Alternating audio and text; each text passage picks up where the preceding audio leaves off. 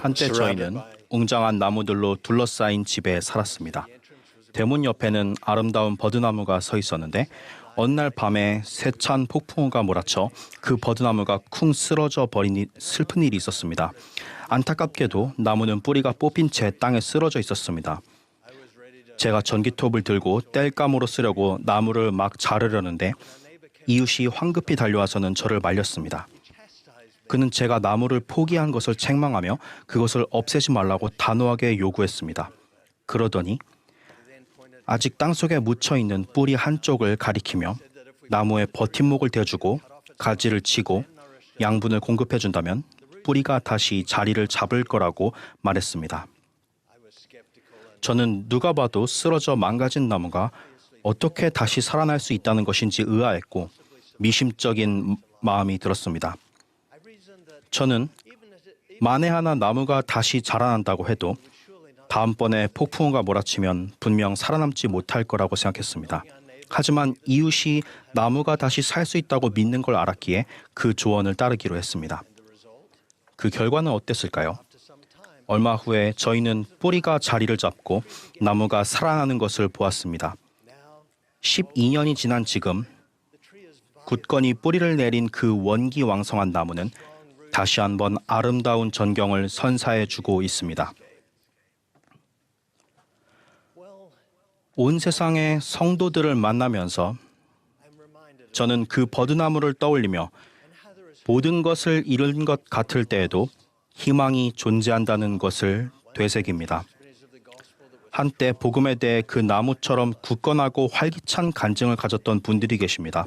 그러다가 개인적인 여러 이유로 그들의 간증은 약해졌고 신앙을 잃게 되었습니다.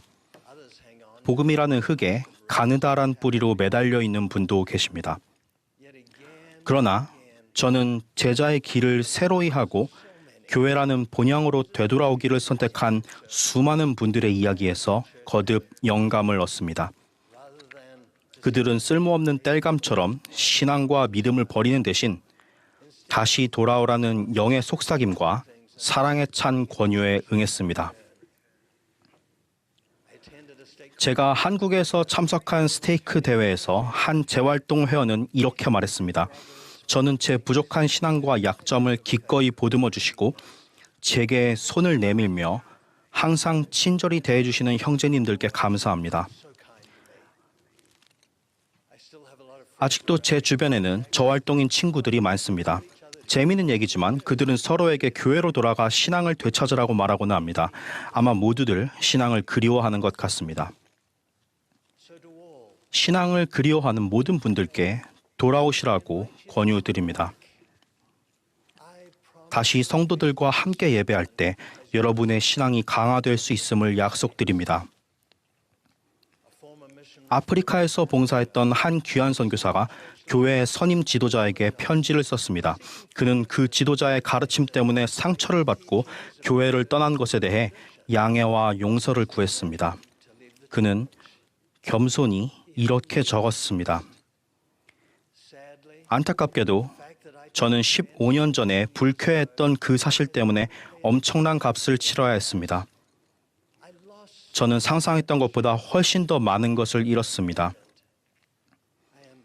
그동안 제가 가져온 손해를 생각하면 정말 부끄럽지만 무엇보다도 제가 다시 돌아올 길을 찾아서 기쁩니다.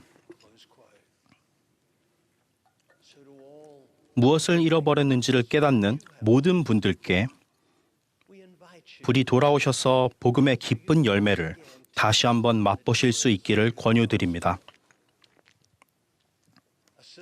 미국에 사는 한 자매님은 여러 해 동안 교회에서 멀어져 있었습니다. 그녀가 돌아온 이야기에는 사랑하는 가족이 교회를 떠나서 괴로워하는 부모와 가족들에게 드리는 강력한 교훈이 담겨 있습니다. 그녀는 이렇게 기록했습니다. 저는 제가 교회와 복음에서 또 어떤 면에서는 가족에게서 멀어진 이유를 수도 없이 들 수 있어요. 하지만 그것들은 그다지 중요하지 않아요. 전 교회를 떠나겠다는 큰 결단을 내리지는 않았어요.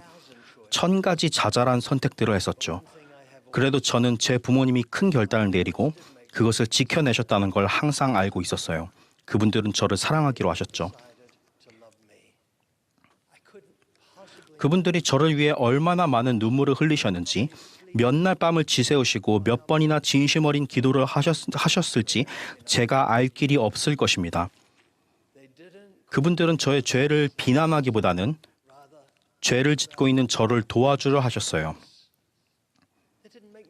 또 집이나 가족 모임에서 제가 환영을 못 받는다는 느낌을 주지 않으셨어요. 그런 느낌은 제가 자초한 거였죠. 그분들은 계속 저를 환영해 주셨어요. 분명 저에게서 빛이 점차 희미해지는 게 보이셨을 거예요.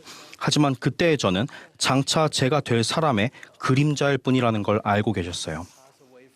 교회에서 멀어지는 길이 복잡했던 것처럼 다시 돌아오는 길도 마찬가지였어요. 하지만 전혀 어렵지 않았던 점은 제가 속한 본향으로 돌아왔다는 느낌을 받은 거였답니다. 오늘 저는 한때 영을 느꼈지만 되돌아올 길이 있을지, 아니면 예수 그리스도의 회복된 교회에 날 위한 자리가 있을지 의구심을 품고 계시는 모든 분들께 이 말씀을 전합니다. 또한 간신히 견디고 계시거나 교회를 떠나고 싶다는 유혹을 느끼는 분들께도 이 말씀을 전합니다. 이 메시지는 도전 과제를 드리려는 것도 여러분을 비난하려는 것도 아닙니다. 영적인 본향으로 돌아오시는 여러분을 맞이하고 싶은 진심 어린 소망과 사랑을 품고 건네는 권유입니다. 저는 여러분이 구주 예수 그리스도의 사랑이 깃든 다음 권유와 위대한 약속을 들으시면서 성신의 증거를 느끼실 수 있게 해달라고 기도했습니다. 너희는 이제 내게로 돌아와 너희 죄를 회개하고 돌이켜 내가 너희를 고치게 하지 아니하려느냐. 매주 수많은 분들이 구주의 권유에 응하여 제자의 길과 교회 활동으로 돌아오는 가운데 예수께서 약속하시는 치유를 조용히 그리고 겸손히 구하고 계십니다. 때때로 떠도는 이야기와는 상반되게 기록적인 수의 우리 젊은이들이 예수 그리스도 안에서 꿋꿋하게 남고 그분을 믿는 신앙을 키우는 편을 선택하고 있습니다. 예수를 따르는 자들 중 일부가 가버나움에서 그분의 가르침이 난해하다는 이유로 자리를 뜨려 하자 예수께서는 그분의 사도들을 향해 너희도 가려느냐라고 물으셨습니다. 저마다 시험의 시간을 겪을 때 우리는 바로 이 질문에 답해야 합니다. 예수님의 질문에 대한 베드로의 다음 대답은 시대를 초월해 울려 퍼집니다. 주여, 영생의 말씀이 주께 있사오니 우리가 누구에게로 가오리이까? 구주께로 돌아오라는 그분의 권유를 생각할 때 우리는 버드나무 이야기에서 어떤 점을 배울 수 있을까요? 첫 번째로, 돌아오는 여정은 쉽거나 편하지 않을 때가 많지만 이것에는 그럴 만한 가치가 있습니다. 버드나무가 다시 일어났을 때는 모든 가지가 잘려나간 상태였습니다. 보기가 좋지 않았습니다. 옛 방식을 버리고 자만을 내려놓을 때면 우리도 연약한 상태라고 느낄 수 있습니다. 나무의 몸통과 뿌리, 즉 예수 그리스도와 그분의 복음에 여러분의 신앙에 초점을 맞춘다면 되돌아가는 첫걸음을 내딛기 위한 희망과 용기를 얻을 수 있을 것입니다. 두 번째, 버드나무가 예전 같은 기운과 아름다움을 되찾기까지는 여러 해가 걸렸습니다. 이제 그 나무는 전보다 더 강하고 아름답습니다. 여러분의 신앙과 간증이 자라날 때에도 인내하십시오. 여기에는 요 몇 년 동안 어디 계셨어요? 같이 무심코 내뱉는 말에 상처를 입지 않는 것도 포함됩니다. 세 번째, 끊임없는 보살핌과 영양분이 없었더라면 그 버드나무는 결코 살아남지 못했을 것입니다. 매주 성찬대에서 흡족히 취하고 주님의 집에서 예배할 때 신앙과 간증에 양분을 공급할 수 있습니다. 네 번째, 버드나무의 가지와 잎이 다시 자라나기 위해 햇빛이 필요했던 것처럼 여러분이 영의 느낌과 증거에 민감할 때 간증이 자라날 것입니다. 자신이 저활동 회원이던 시기에 관해 에뮬레크가 전한 다음 말에서 배울 수 있습니다. 나는 여러 번 부름을 받았으나 들으려 하지 아니하였느니라. 다섯 번째, 제 이웃은 그 나무가 다시 어떤 존재가 될 수 있는지 알고 있었습니다. 마찬가지로 주님께서도 여러분의 신성한 잠재력과 신앙과 간증이 얼만큼 자라날 수 있는지 알고 계십니다. 그분은 절대로 여러분을 포기하지 않으실 것입니다. 예수 그리스도의 속죄를 통해 부서진 모든 것은 치유될 수 있습니다. 저는 다시 돌아오는 자들로 인해 하늘에서 기쁨이 넘친다는 것을 간증드립니다. 여러분은 필요한 존재, 사랑받는 존재입니다. 저는 예수 그리스도는 우리의 구주이시며 그분은 그분께 돌아오는 모든 사람을 더 큰 평안과 기쁨으로 축복하심을 간증드립니다. 그분의 자비로운 팔은 접혀 있지 않고 여러분께 펼쳐져 있습니다.